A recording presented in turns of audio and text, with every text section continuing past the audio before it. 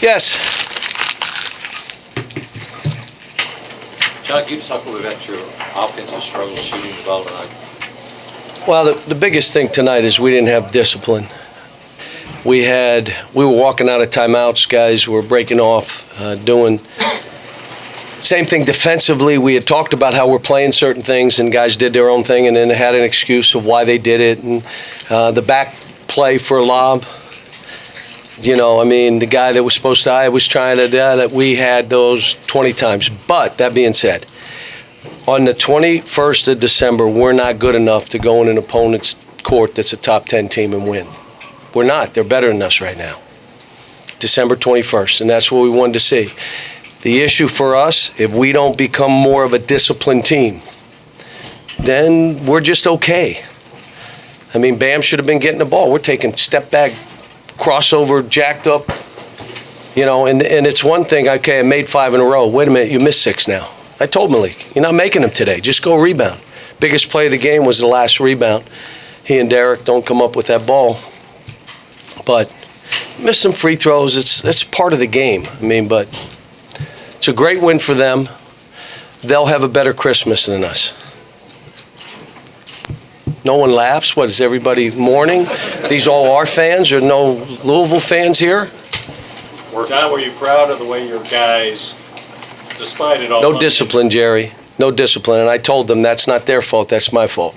We'll get it right. What about Snyder's performance? It was really good. They were all good. They fought.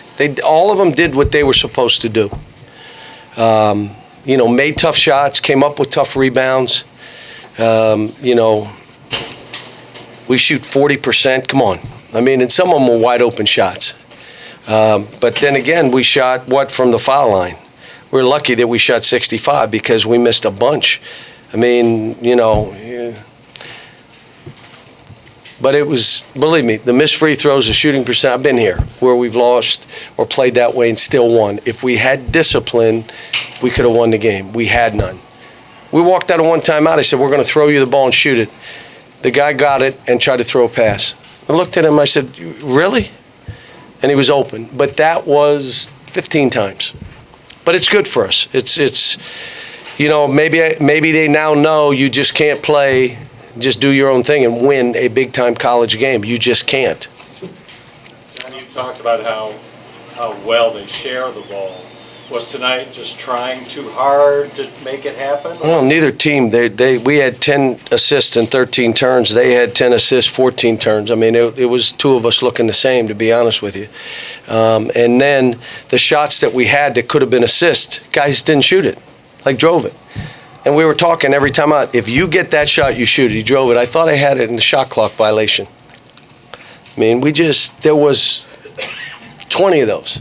But I'm telling you, it's December 21st. We start 4 freshmen and a sophomore. We're not ready to go on an opponent's court that's a top 10 team and win. We're just not.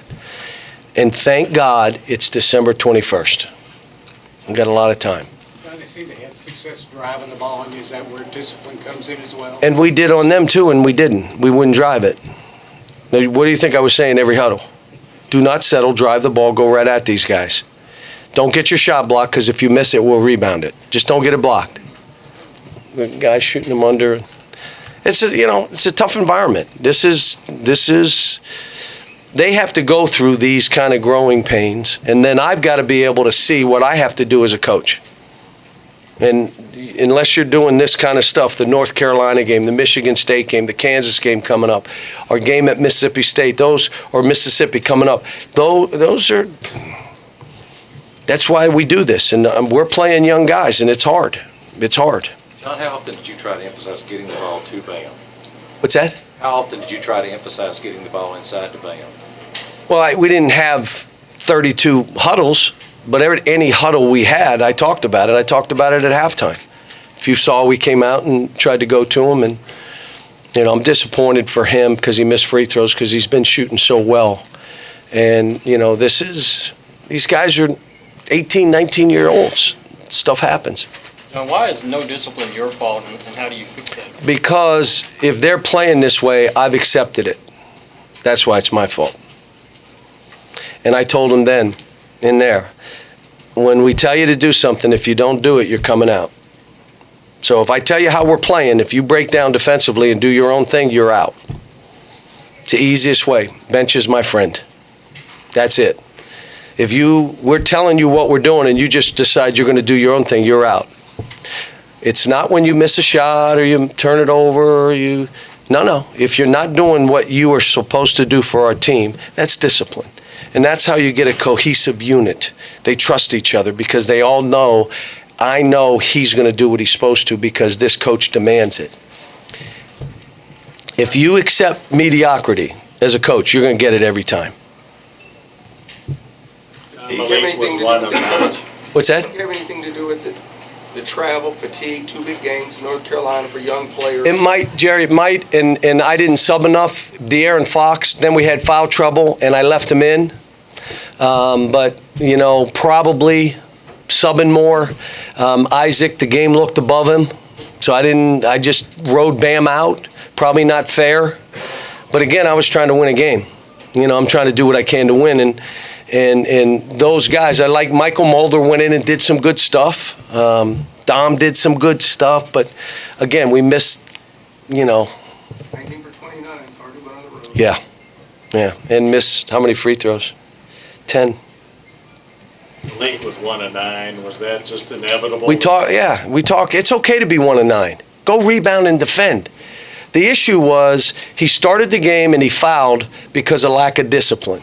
There was no reason to make that foul, but he doesn't have the discipline yet, so he fouls. Now the second one, which may be a foul, maybe not, it doesn't matter. They called it. So it is, which means now you're out.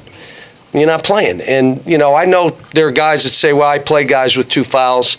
I just don't, unless I see the game getting away, and the game never got away. We had a 1-point lead. That's why I didn't put him back in. Anything at all tonight have to do, you just haven't played that much half-court game this year with all the points you've been scoring? I don't believe so. We're, we just, again, the execution of what we're doing, we're working on it every day in practice. It's how we play. We're not just flying up and down. We're working on half-court stuff because I know if you're going to win a championship, it's not running up and down and pressing and trapping and crazy and fouling, because you're going to hit an official that's going to call fouls in that tournament and you're out.